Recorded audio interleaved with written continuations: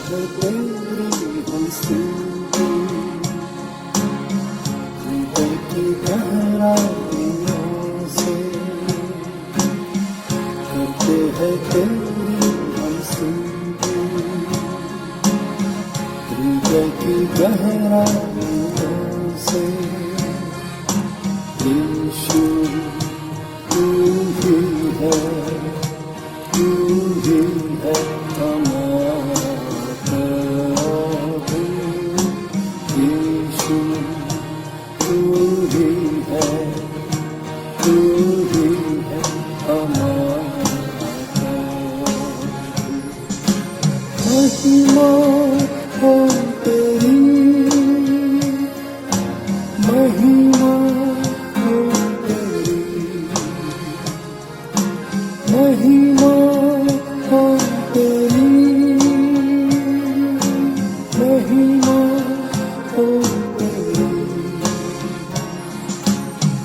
आत्मा और सच्चाइयों से तेरी आराधना करें, आत्मा और सच्चाइयों से तेरी आराधना करें। ऊंचा और ऊंचा, सबसे ऊंचा रहे तेरा नाम। ऊंचा और ऊंचा, सबसे ऊंचा रहे तेरा नाम। महिमा हो तेरी, महिमा हो तेरी, महिमा हो तेरी, महिमा हो तेरी, महिमा हो तेरी, महिमा हो तेरी।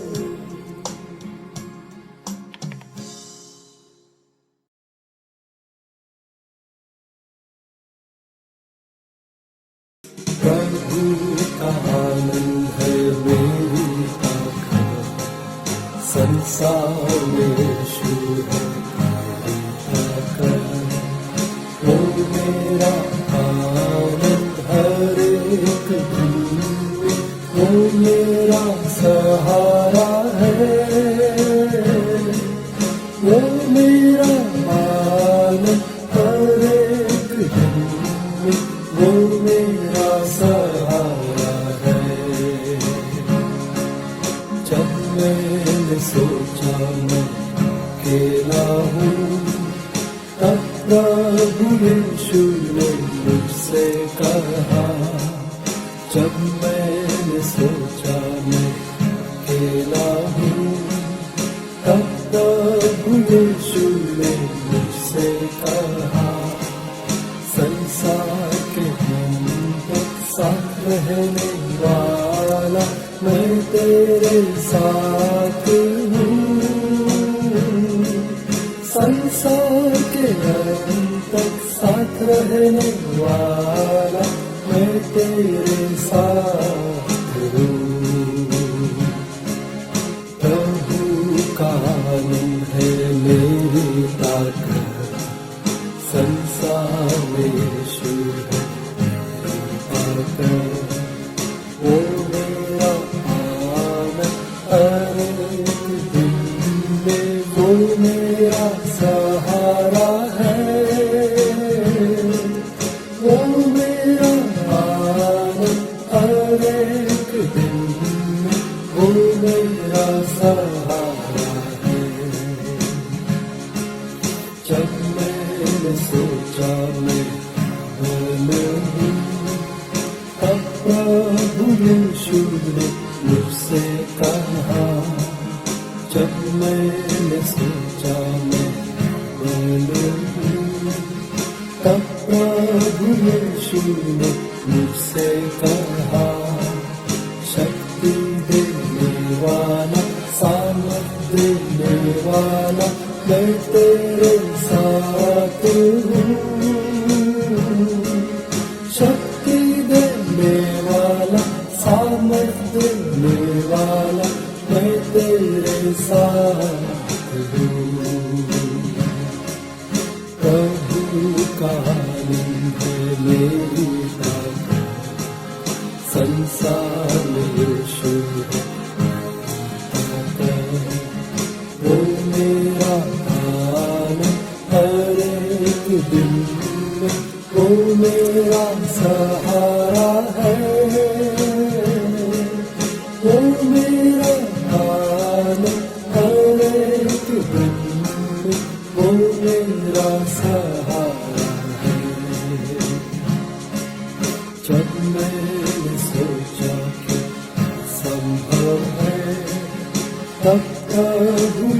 यीशु ने मुझसे कहा, जब मैंने सोचा कि संभव है, तब प्रभु यीशु ने मुझसे कहा, असंभव को संभव करने वाला यीशु, मैं तेरे साथ हूँ।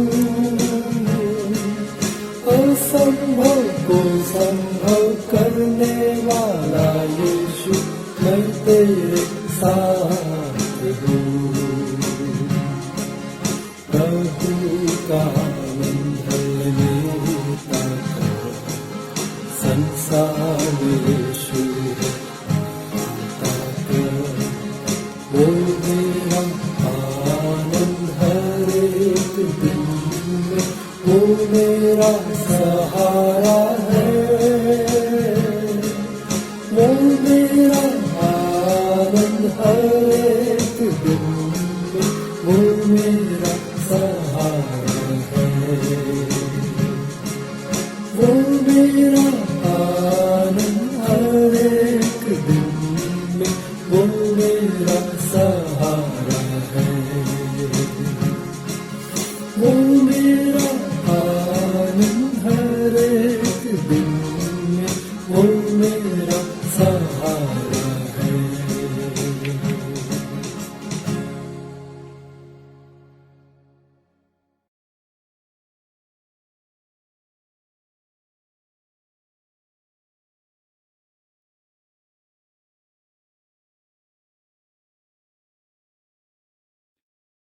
Good morning, brothers and sisters in Christ. Today's scripture portion is taken from Romans chapter 1, verses 1 to 7. Romans chapter 1, verses 1 to 7. Paul, a servant of Christ Jesus, called to be an apostle and set part of gospel of God. The gospel he promised beforehand through his prophets in the Holy Scriptures regarding his Son, who as to his human nature was to a descendant of David, and who through the Spirit of holiness was declared with the power to the Son of God, by his resurrection from death. Jesus Christ our Lord, through him and for the name's sakes, we received a grace and apostolate to call the people among all the Gentiles to the obedience that comes from faith. And you are among those who are called to belong to Jesus Christ. To all in Rome who are loved by God and called to be saints, grace and peace to you from God our Father and from the Lord Jesus Christ. Here is the Bible reading. Praise be to God.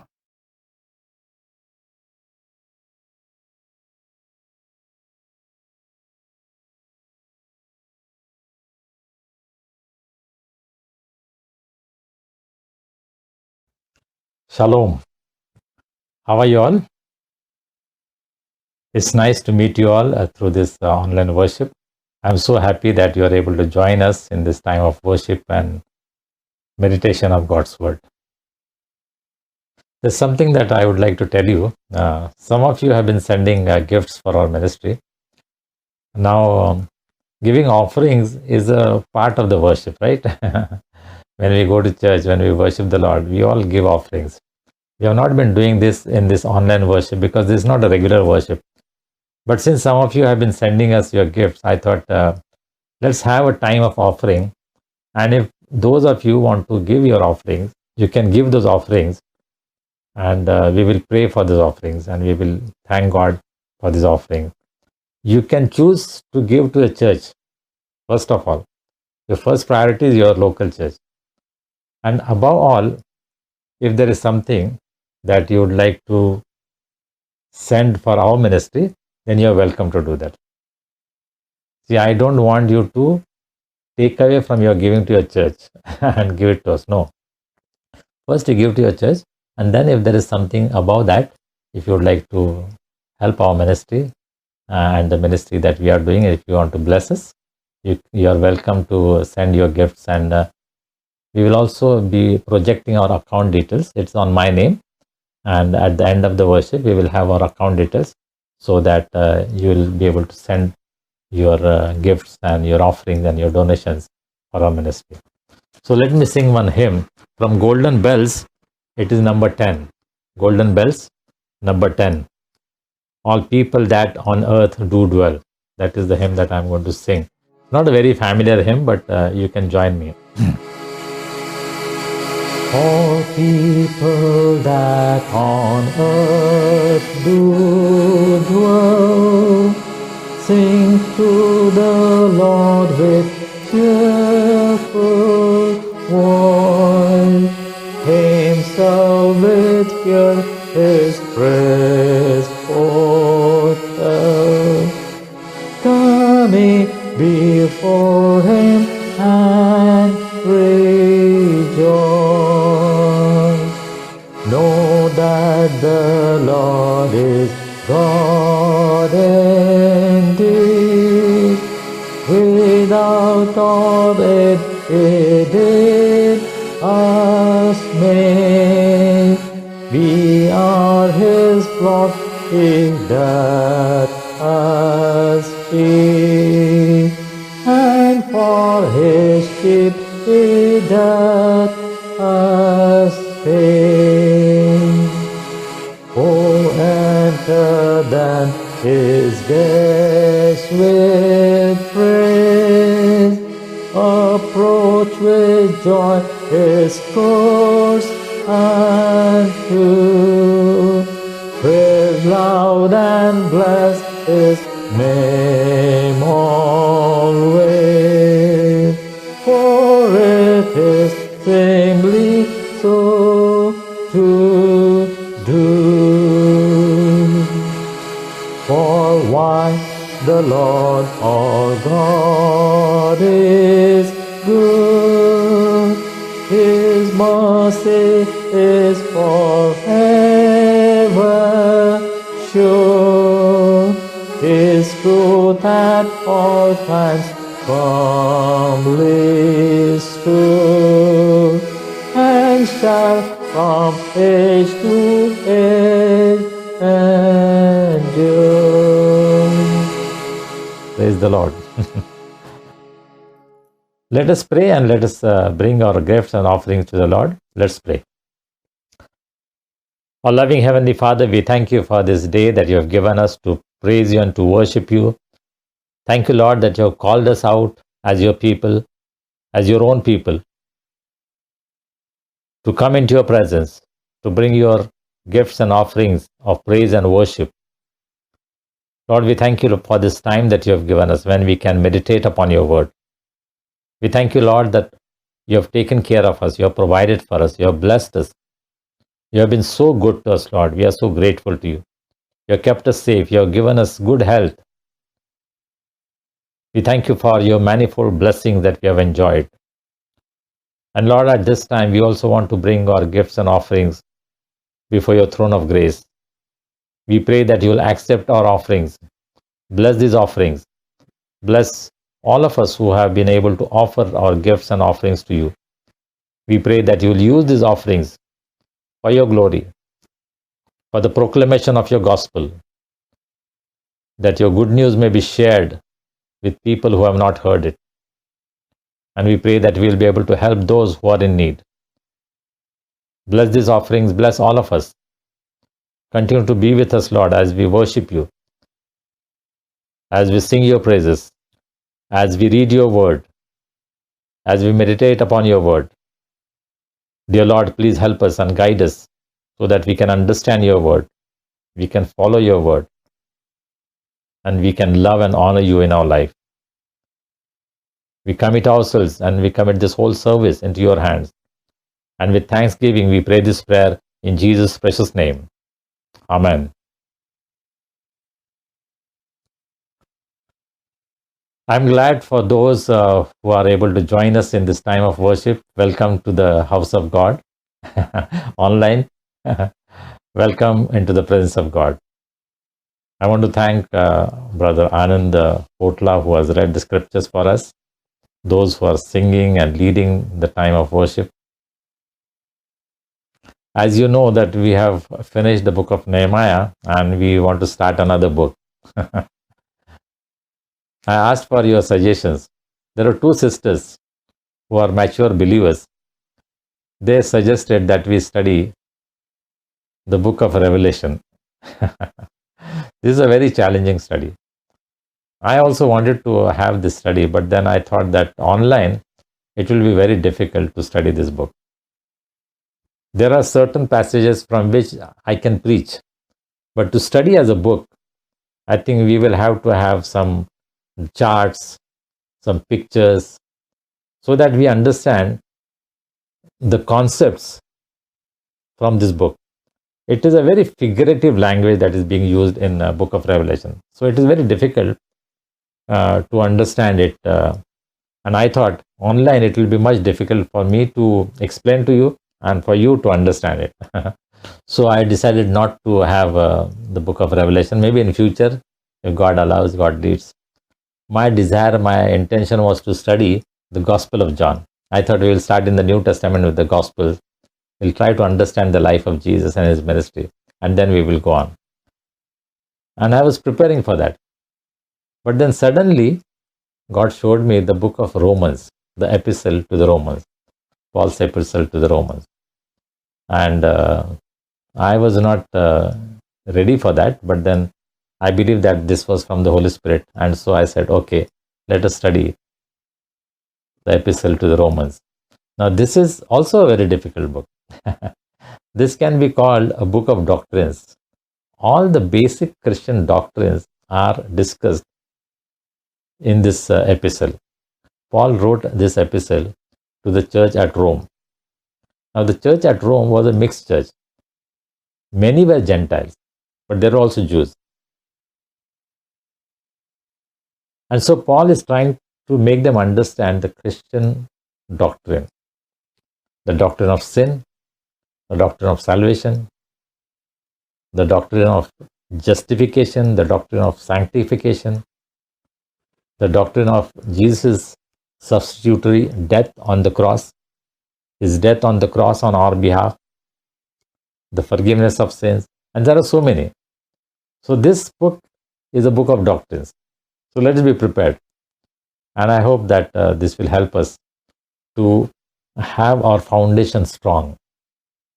You know, in the church, it is mostly messages, it is preaching. And then also there is not a very systematic study always. There are, of course, some churches where some pastors are very particular and they take very systematic study of God's word. And that is beautiful. But not all. Not every church has a very systematic study of the Bible. And so I thought that if you study this book, it will really help us to make our foundation of our faith stronger. And it will help us also when we reach out to others, when we teach others. And that is my desire, that it is not just for me, it is not for us, but it is for the others who are not strong in the Word of God, that God will equip you, God will prepare you.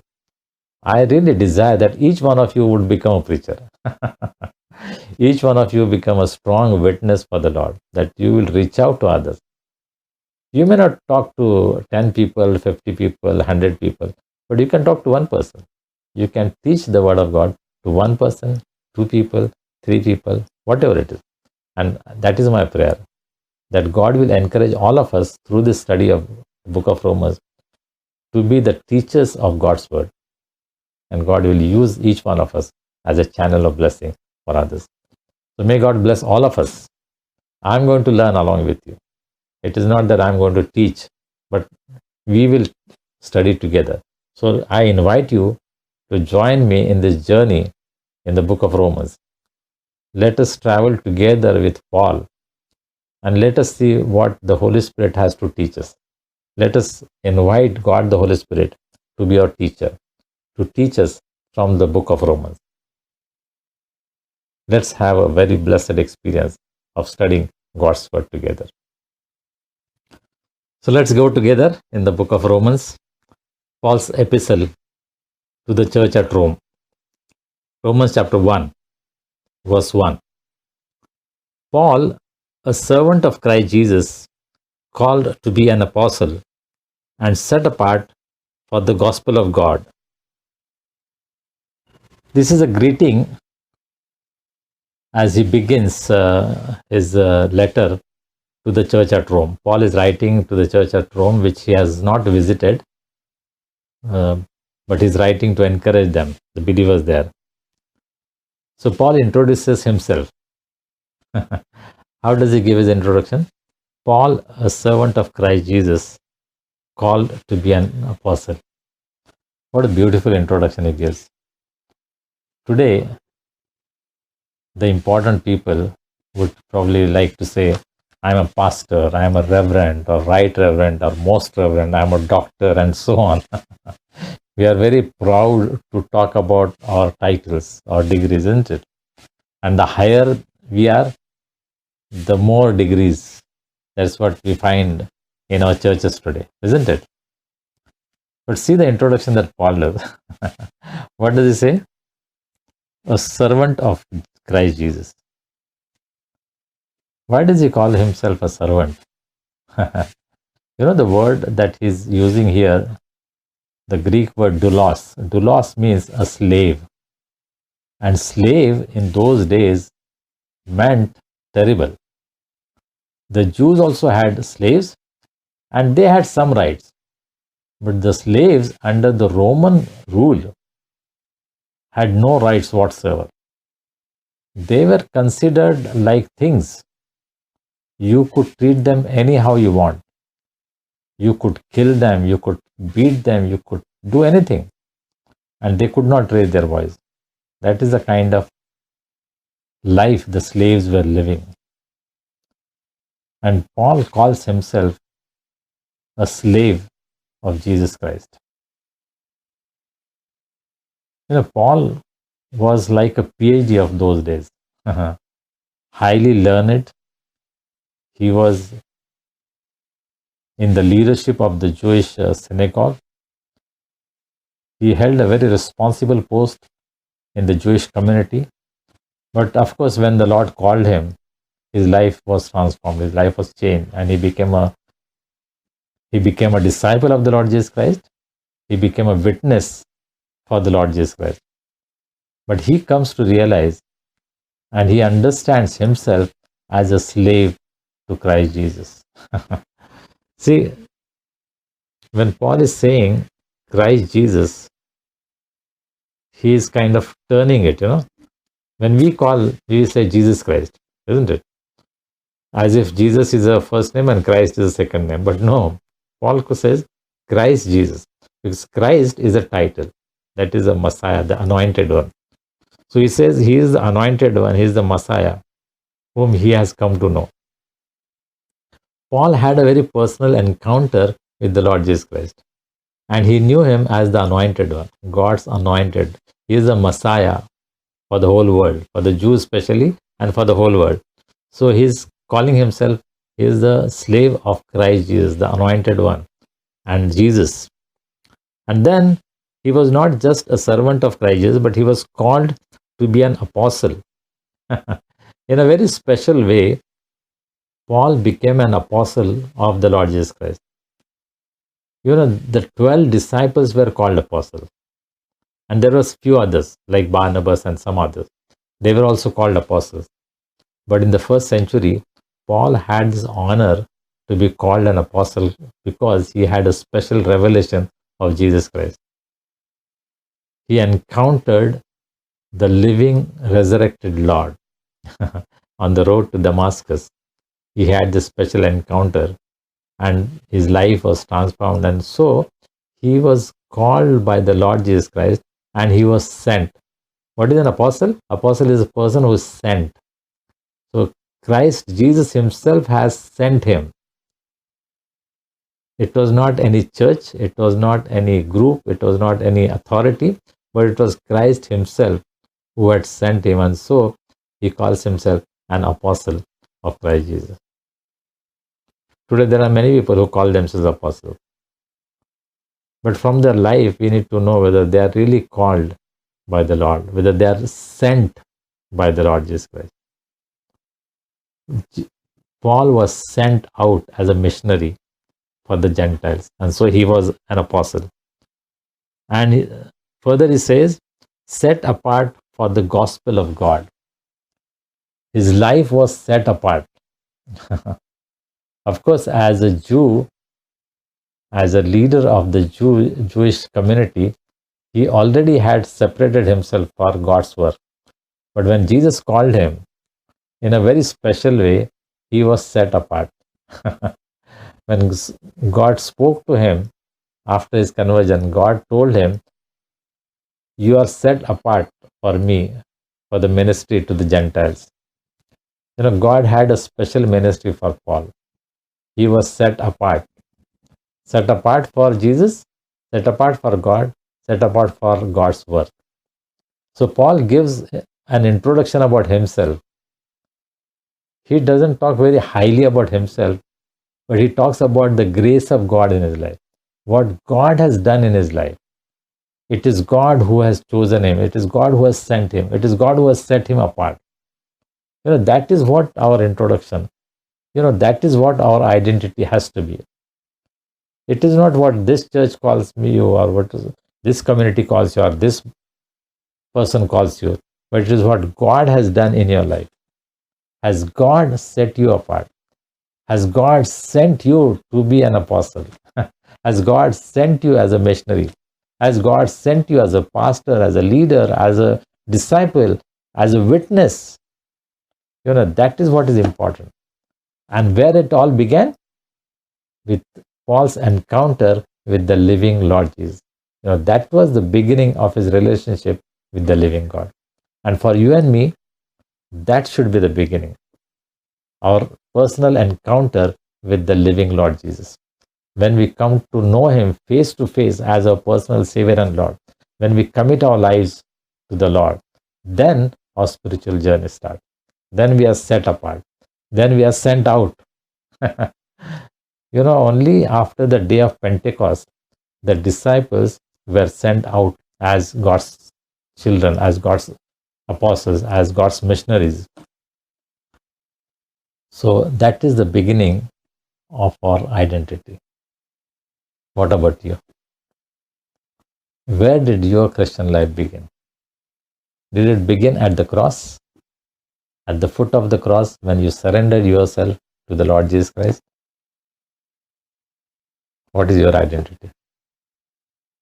Now, Paul is telling about the ministry for which God has called him. Verse 2, 3 and 4. The gospel he promised beforehand through his prophets in the Holy Scriptures regarding his Son, who, as to his earthly life, was a descendant of David, and who, through the Spirit of holiness, was appointed the Son of God in power by his resurrection from the dead, Jesus Christ our Lord. Now, what is this gospel about? Paul explains in these verses. What is this gospel? It is the gospel which was promised by the prophets. To the Jews, he is making it clear that the gospel of the Lord Jesus Christ came from the prophets, from the book of Moses, from the book of law. It is not something new. It was promised by the prophets.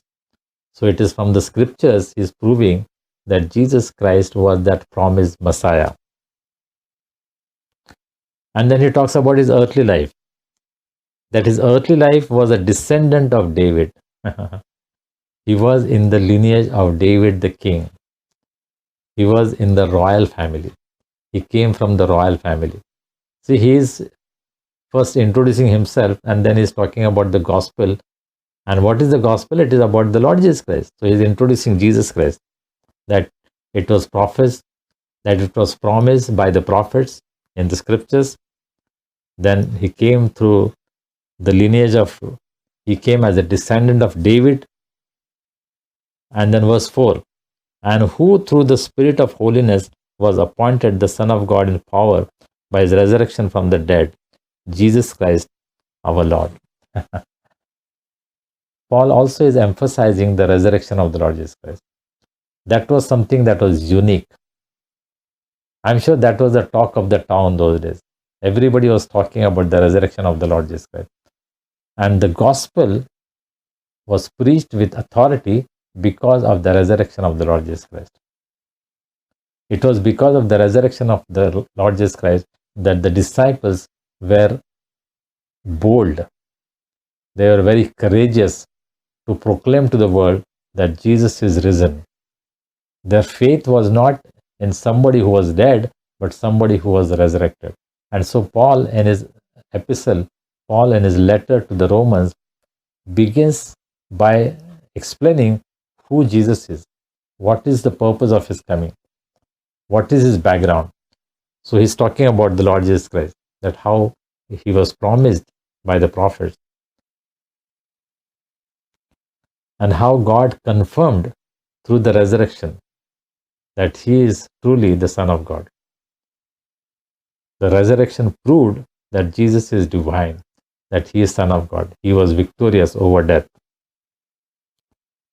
And then verse 5, through him we received grace and apostleship to call all the Gentiles to the obedience that comes from faith for his name's sake. What have we received through Jesus Christ? We received grace and apostleship to call all the Gentiles to the obedience. Now, since Paul is writing to the church at Rome, which is mostly Gentiles, he's very careful in what he's saying. That he's saying that his apostleship, that his ministry was to call all the Gentiles to obedience. You know, the gospel that Paul preached was to the people who were outside of the Jewish community. He's preaching to the people who are Gentiles, who did not belong to the Jewish community, who were not the chosen peoples. But Paul is saying that the gospel of the Lord Jesus Christ is for everybody. And he has been chosen to preach the gospel to the Gentiles. That is what he's explaining to this church. And the obedience which comes from faith in his name. He's talking about obedience to the Lord Jesus Christ by faith in the Lord Jesus Christ. And how blessed we are, isn't it?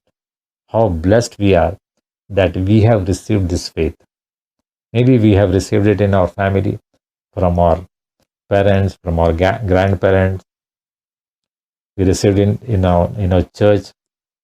Whatever way the gospel has come to us, but we have been blessed to receive this gospel of salvation. By our faith in the Lord Jesus Christ, we have been obedient. And therefore, we belong to the family of God. Though we were not from the Jewish community. We were outside of God's kingdom. But God in his mercy called us Gentiles. Those who did not belong to the Jewish community. God also gave us that opportunity that we could believe and we could obey the Lord Jesus Christ and become the children of God, become the people of God. And then at the end, he talks about these people to whom he is writing. And you also are among those Gentiles who are called to belong to Jesus Christ. He's encouraging his readers. He's encouraging the church at Rome that you Gentiles also are called by the Lord Jesus Christ. See, the gospel of Jesus Christ is for everybody. It is not only for few select people. The Jewish people thought that Messiah is only for them. But no, Paul the apostle preached to all the Gentiles. He preached to all the people. And the gospel is open. God opened the doors of salvation. God opened the doors of the kingdom of God for everybody. And we are witnesses. We are the ones who have been blessed because gospel has come to us. And we believed in the name of Jesus Christ. And we became the people of God. How blessed we are as the people of God. Romans 1:1-7 is an introduction to the whole epistle, to the letter of Paul to the Romans. So there are some very basic things that we discover that Paul is giving his greetings. He is introducing himself. He's telling about the gospel that he's preaching. And then finally, when he comes to verse 7, to all in Rome who are loved by God and called to be his holy people. Now he's talking about the people whom he's writing. Who are these people? All in Rome who are loved by God and called to be his holy people. See, this is such a beautiful picture that Paul is painting before us. He's saying to all in Rome who are loved by God. This is so beautiful. He's not talking about one church. He's not talking about one small group. He's saying to all who are loved by God in Rome. See, the gospel of the Lord Jesus Christ is all inclusive. It encompasses everybody. It includes everybody. From all the people in Rome, all who love God. This is so beautiful, The gospel is for everybody. The Christian faith is for everybody. If suppose Paul is writing to the people in Pune, he'll say, to all the people in Pune who love God. How beautiful it will be, isn't it? He won't say to the St. Mary's Church. He won't say to the St. Paul's Church. He won't say to the Christ Church or Old Time Memorial Church or this church or that church. He's saying to all the people in Pune who love the Lord. What a beautiful way to describe the church in a city. Of course, in those days, there are not so many churches. Maybe in one city there was one church. Therefore, the church at Corinth, church at Rome, church at Ephesus, church at Colossae. So there was probably one church. It was possible that there were different house groups. There were house churches. But Paul, when he looks at the church in Rome, he sees that as a one church. There's so much for us to learn. The church in Pune, the church at Nasik, the church at Nagpur, the church at Kolhapur, the church in Mumbai, one church. The church in India. The whole church in India is one church. And finally, the whole church in the world. There's only one church. Jesus Christ came only for his church in this whole world. He did not come to individual churches. This church, that church, CNI Church, Methodist Church, Brethren Assembly, or Baptist Church, Pentecostal Church. He did not come to all these churches. He came for one church, that is the body of Christ. And whether we like it or not, we all belong to that one church. We are part of that one universal church. In the Apostles' Creed, it is called one holy Catholic Church. And sometimes people misunderstand. People think Catholic means Roman Catholic Church. No, it is not. Catholic means universal. That word is used for the universal church. So there is only one church in the world. There is only one church in Pune. There is only one church in Nagpur. There is only one church in Nashik and Mumbai and whatever place that you are from. There is only one church. Yes, I belong to one particular church. I belong to All Saints Church, Pune. You belong to some other church. But when God sees, there is only one church.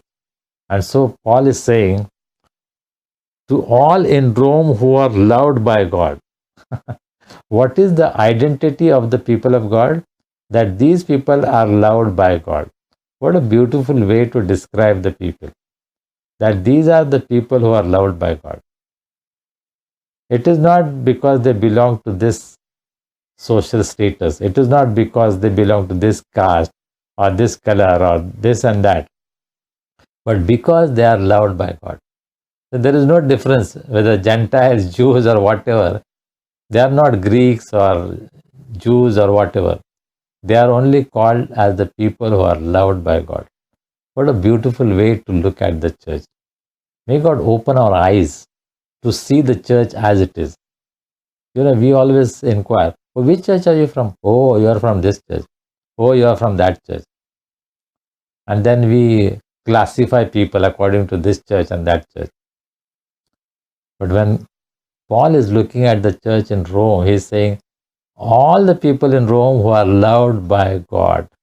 What a beautiful way to introduce the people of God.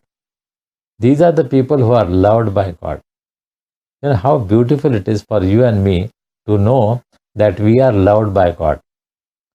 You know, it is God who initiates. It is God who has loved us.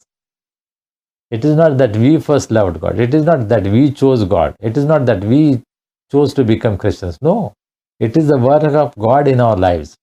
What God has done in your life and my life, that He has loved us. God so loved the world that He gave His Son, that whoever believes in Him should not perish but have everlasting life. To all the people in the world, God is saying, I have given my Son and I have loved you all. God's love is for everybody. It is very sad that all don't realize that God loves them. But the fact is that God loves everybody. And that is what Paul is emphasizing when he talks about the church in Rome. So when Paul is talking about the people in Rome, the church in Rome, what does he say?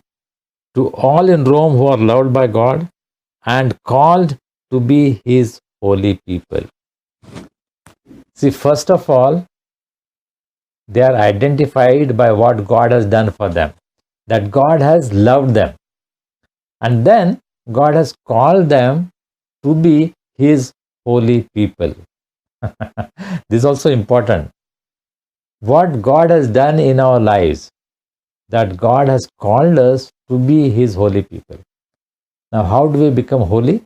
By accepting the Lord Jesus Christ, by following His word, by obeying His commandments.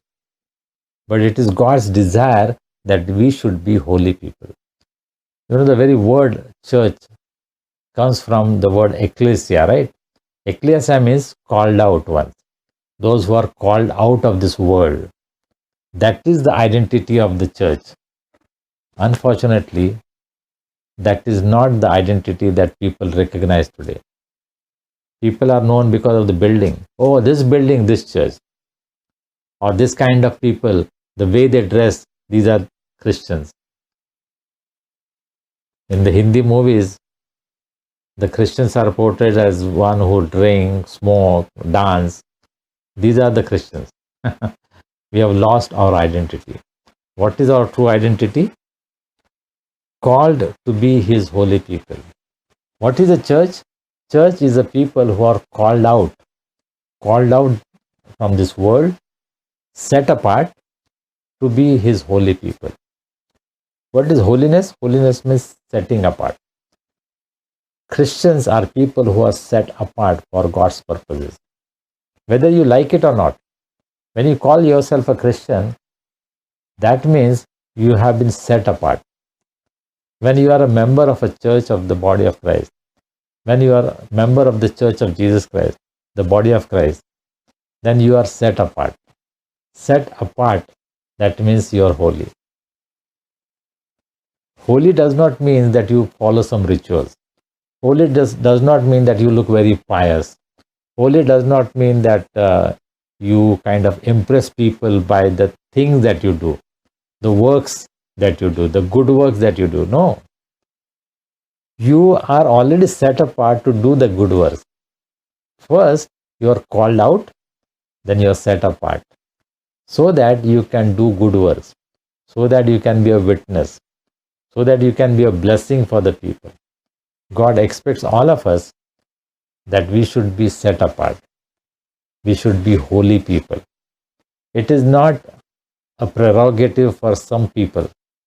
You know, some people claim that only we have the Holy Spirit.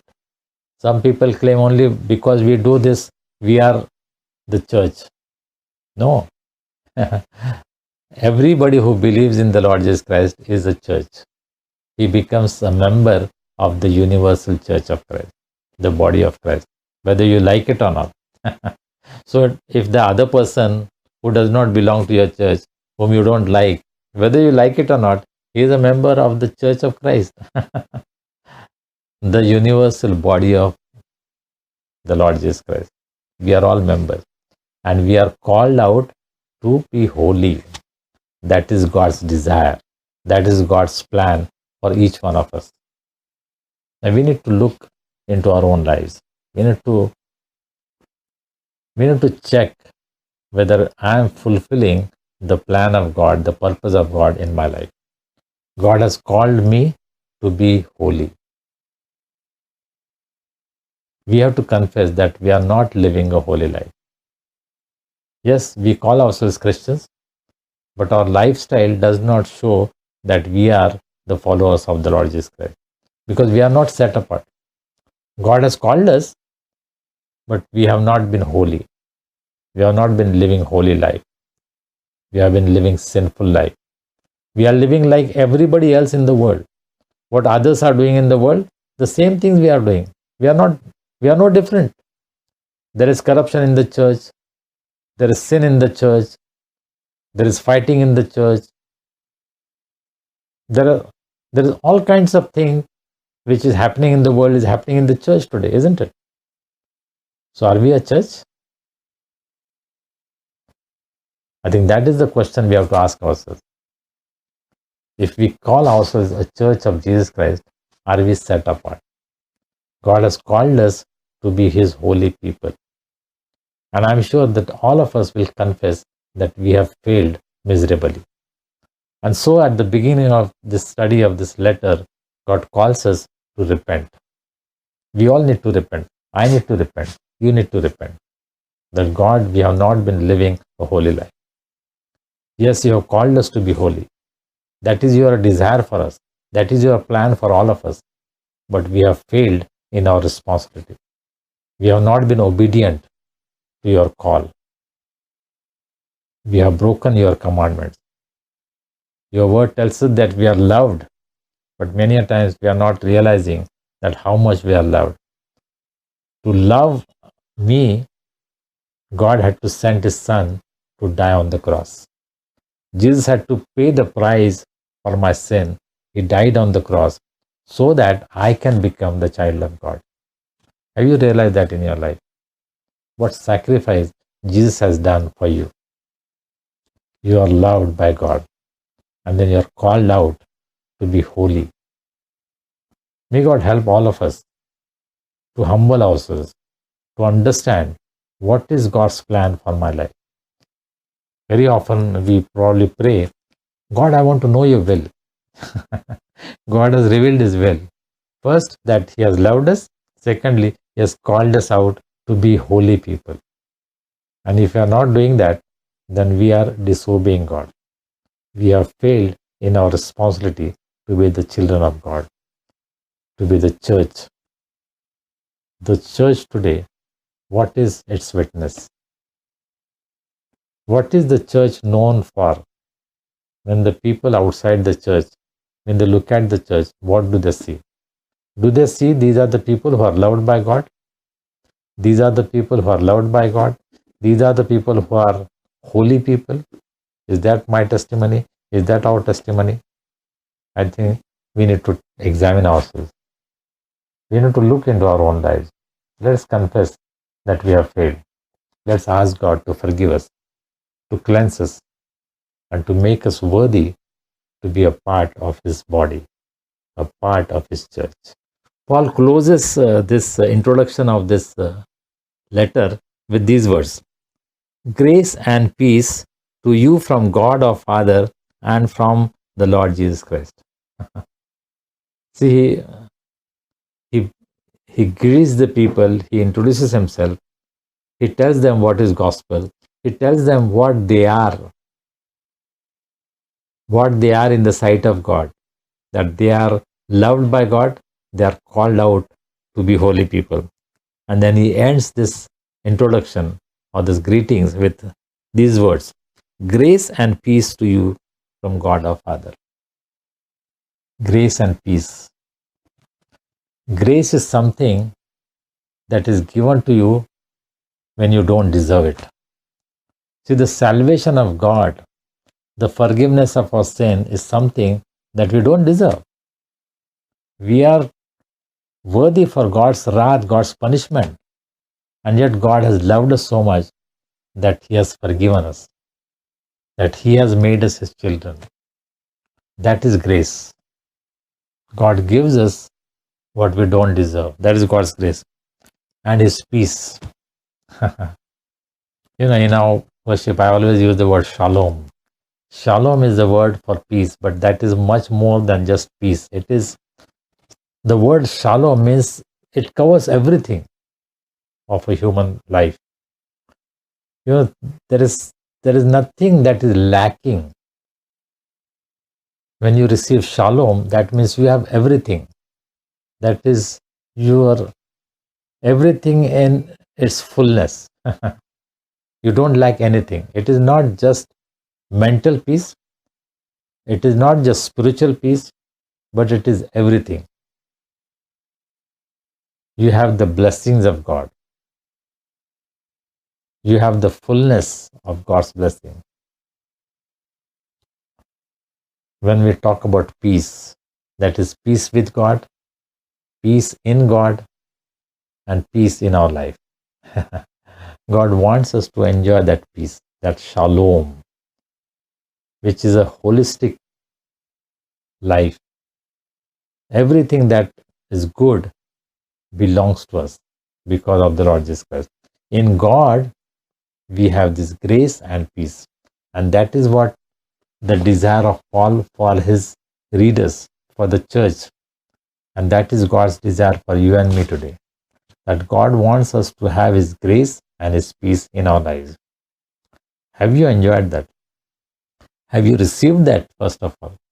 It is only through the Lord Jesus Christ, through His cross, that we can receive God's grace and God's peace. Jesus had to pay the price on the cross, on the cruel cross. He had to die that terrible death so that I can receive grace, I can receive peace. You can receive grace, you can receive peace. But have you experienced that? Have you acknowledged it in your own life? Have you received it in your own life? And then it is not just from God the Father, but from Lord Jesus Christ. The peace that comes is through the Lord Jesus Christ. He became the peacemaker for us. He is the Prince of Peace. He had to give up everything. He had to sacrifice everything so that I can have the peace of God in my life. Jesus had to sacrifice his life so that I can have God's grace. I can have God's peace. Have you received that in your life? Are you thankful to the Lord for the grace and peace that God has given you? May God bless us all. Let's close with prayer. Heavenly Father, we thank you for this day. Thank you, Lord, for this time that we could sing your praises, listen to your word. We thank you, Lord, for the message that has come to us from your word. Thank you for the life of Paul. Thank you for the letters that he has written to the churches. Thank you for all that we can learn from his epistles, from his letters, which he wrote to different churches. Thank you, Lord, for the lesson that we have learned today. Help us, Lord, to follow it in our everyday life. Help us to experience your grace, your peace, every moment of our life. Help us to enjoy the fact that we are loved by God, and also to realize the responsibility that we are called out to be God's holy people. What a responsibility, Lord, that we have in this world to live as people who are set apart for God's holy people. Help us, Lord. Thank you for being with us, for taking care of us. We pray for those who are grieving, those who have lost their dear ones, those who are sick. We pray that you will comfort them, you will give them your grace, your peace. We pray for your healing for those who are suffering with any kind of sickness. Lord, that you will have mercy on them. Stretch out your hand and heal them, Lord. We rejoice with those who are celebrating their birthdays, wedding anniversaries, special occasions. We pray that you will bless them today. You will take care of them. You will provide for them. And you will make them a great blessing. Let this new year be a year of blessing in their life.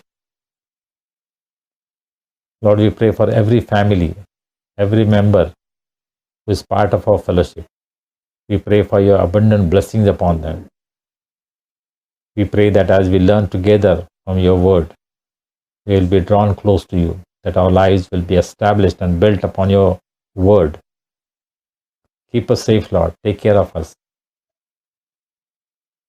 We especially pray for those who are affected by the floods and the rains in different parts of our country and all over the world, in Europe and US